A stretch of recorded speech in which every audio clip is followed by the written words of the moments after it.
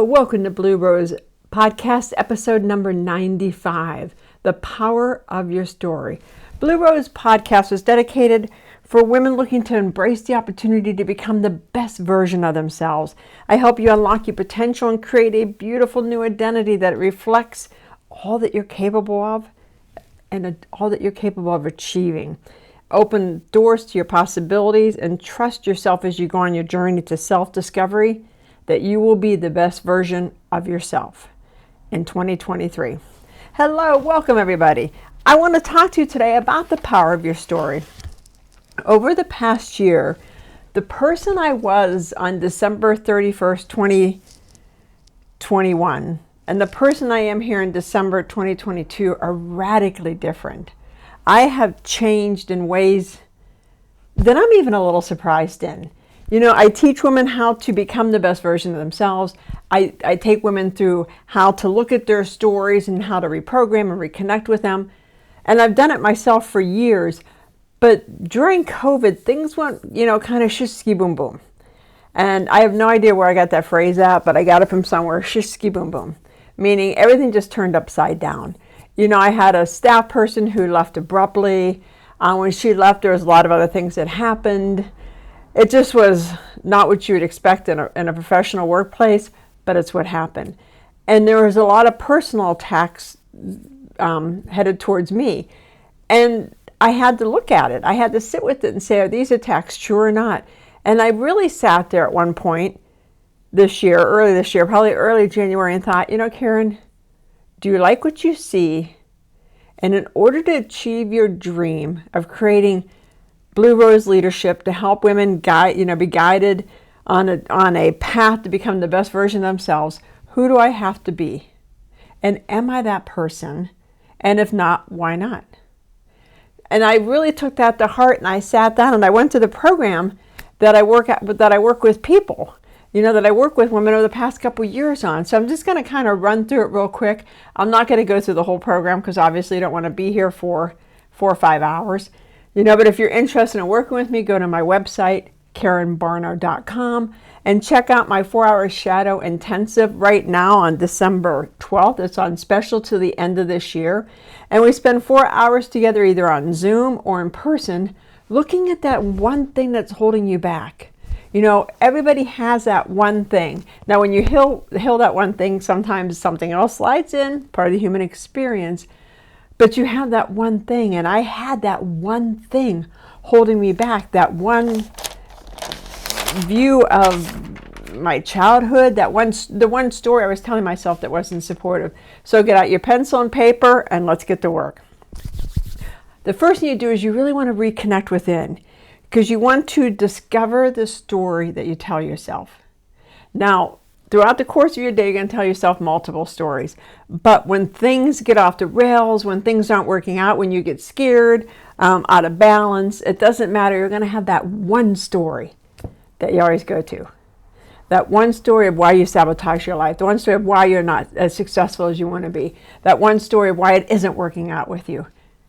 You always have that go-to story. So the first step is you get out a piece of paper and you write, who am I?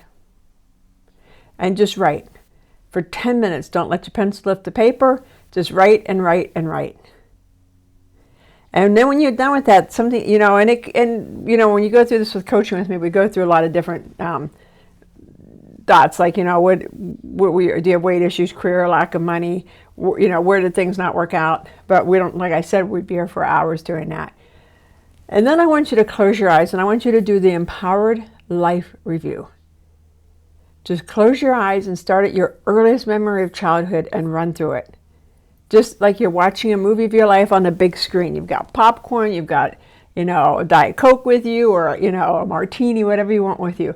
And you're watching your life on this big screen.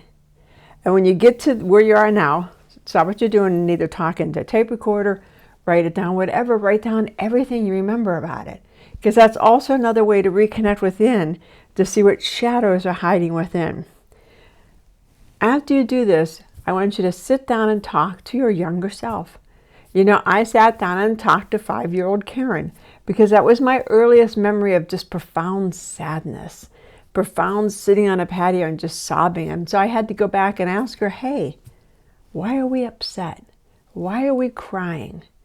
And just listen to what she said. And then talk to, 9-year-old and then 12-year-old and 15-year-old Karen. Each step of the way, seeing what she had to say and listening to her. And what stories kept coming up? What was happening around her that was causing this profound sadness? And also, what was going on around her that created this profound happiness? Because there'd be other times I would talk to younger Karen, depending on what age, and she'd be so happy and excited.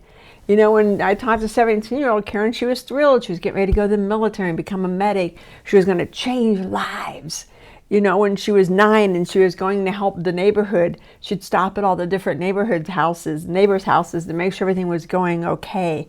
And her one neighbor who was probably looking back, 35, 40s, they had very young children in the house, and he had gotten into a horrendous accident. So she was home trying to take care of the kids. She's not working. It's just chaotic. And I would stop by every day and just see how she was doing. And I had no idea what impact that left on her life until I ran into her years later. And she's like, I would have never thought a little girl your age could have been so insightful and helped me. So you don't know. So go through all that stuff. Talk to your younger self. Figure out what's churning and burning within. And then you want to rewire these truths, because that's how you find your shadows. And your shadows are those repressed pieces of yourself, those repressed parts that were deemed not good enough or not worthy, or you were embarrassed by them, so you hid them back. I had a speech impediment, well, I still have it, a speech impediment, and I was always embarrassed by it. So I would try to not say R's and S's, which is pretty hard, to hold it back. There were other things, I was always a chubby girl, so I tried to hide it. It was embarrassing to me. So those are the shadows that I had buried within. The shadow of not being smart because I had a speech impediment. Because back when I was growing up, if you had a speech impediment, it couldn't possibly just be that your tongue wasn't working right, you weren't hearing things right. It had to be you were slow. I was intellectually slow. So I was set up from, first grade to be taught, let's just get you out of high school. We can get you a job at the steel mill and you'll be perfect. That was the bar that was set for me. So I was an underachiever for years. Those are the shadows you need to look at. And then I want you to get a pencil and paper, where you already have one, and write down all the recurring behaviors and patterns that kept showing up in your life, that keep showing up. When you start losing weight, what shows up? When things aren't working out, what shows up? Just take time, because after you're done looking at these behaviors and these patterns, you're going to look for a theme. What do you keep finding? Even I'm 65, and I was sitting out in the patio. I'm in Arizona, and the weather was gorgeous over the weekend. It was 55 outside, sunny. Oh, beautiful, beautiful, beautiful. Unlike today, where it's pouring down rain and it's like 48. But I was sitting out there, and I was doing something, and it was, I was helping with somebody, and they're asking me about one of my higher end programs, and all of a sudden I started running the same script, the same negative script, and I'm like, oh yeah, oh no. And then I was like, wait a second, Karen, where's this script coming from? And I realized that's one of the ways I sabotage myself. So I had to do a quick healing. That's what we're looking for. But first, after you look at your patterns and your behaviors, who do you get to blame? Because whenever we can blame somebody else, it's a beautiful thing. And typically we always blame somebody else. Very seldom will you meet that unique person that does this for the first time and say, it's my fault. When I was sexually abused, I blamed the abusers. And I mean, some people say rightly so. Well, did that help me? Did that help me heal? No. All it helped me do is be mad. All it helped me do is feel sorry for myself. So when you're like, I'm done blaming. I'm done blaming anybody for this.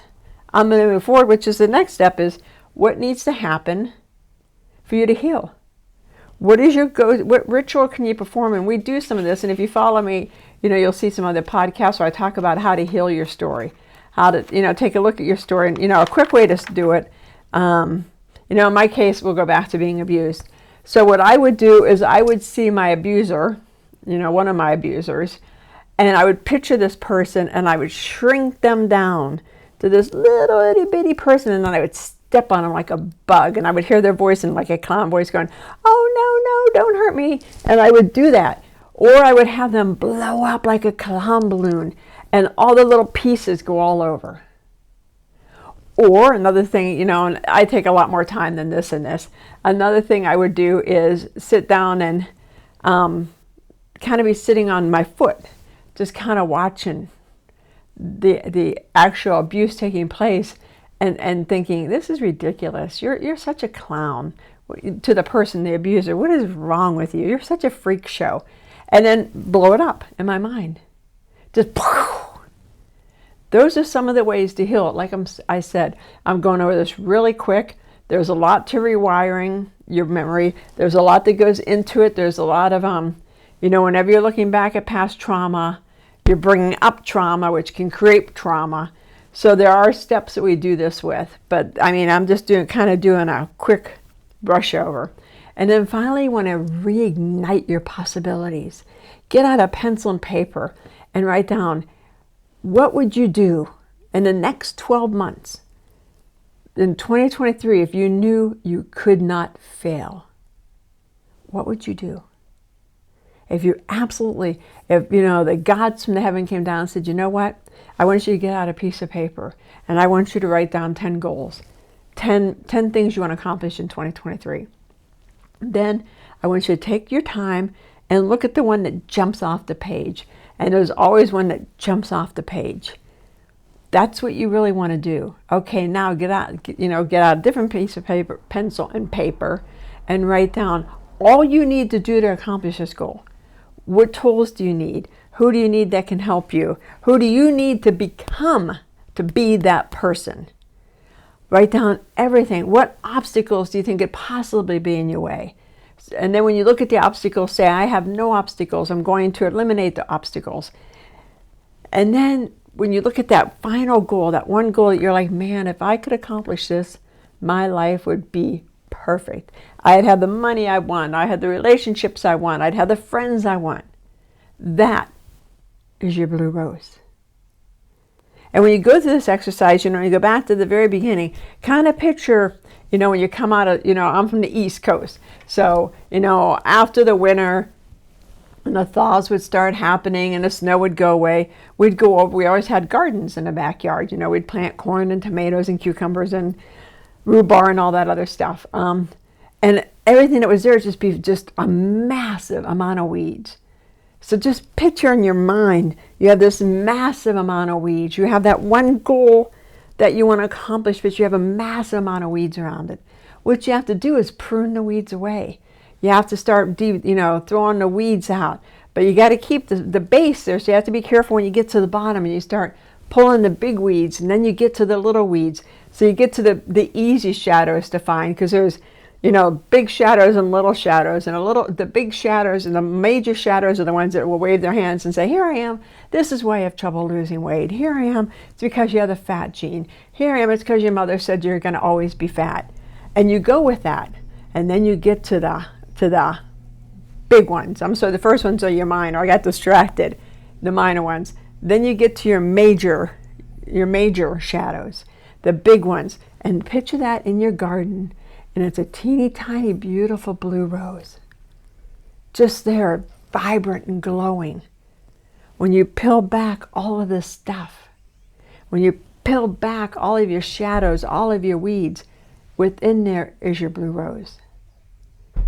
It's the power of your story. Make your power support you. I hope this helped you. If you have any questions, like I said, jump over to my website and check out my shadow intensive, my 4-hour shadow intensive to work. If you want to work one-on-one with me, that'd be great. Or you can reach out and email me at Karen@KarenBarno.com. Your journey in this life is to find your blue rose. It's to find who you're meant to be, who you were born to be. And, kind of who you were born to be, that beautiful garden with the blue rose before all the weeds went in there. So here's to you finding your blue rose. Become the best version of you, and whatever I can do to help, that'd be great. Thanks a lot, guys. Bye-bye.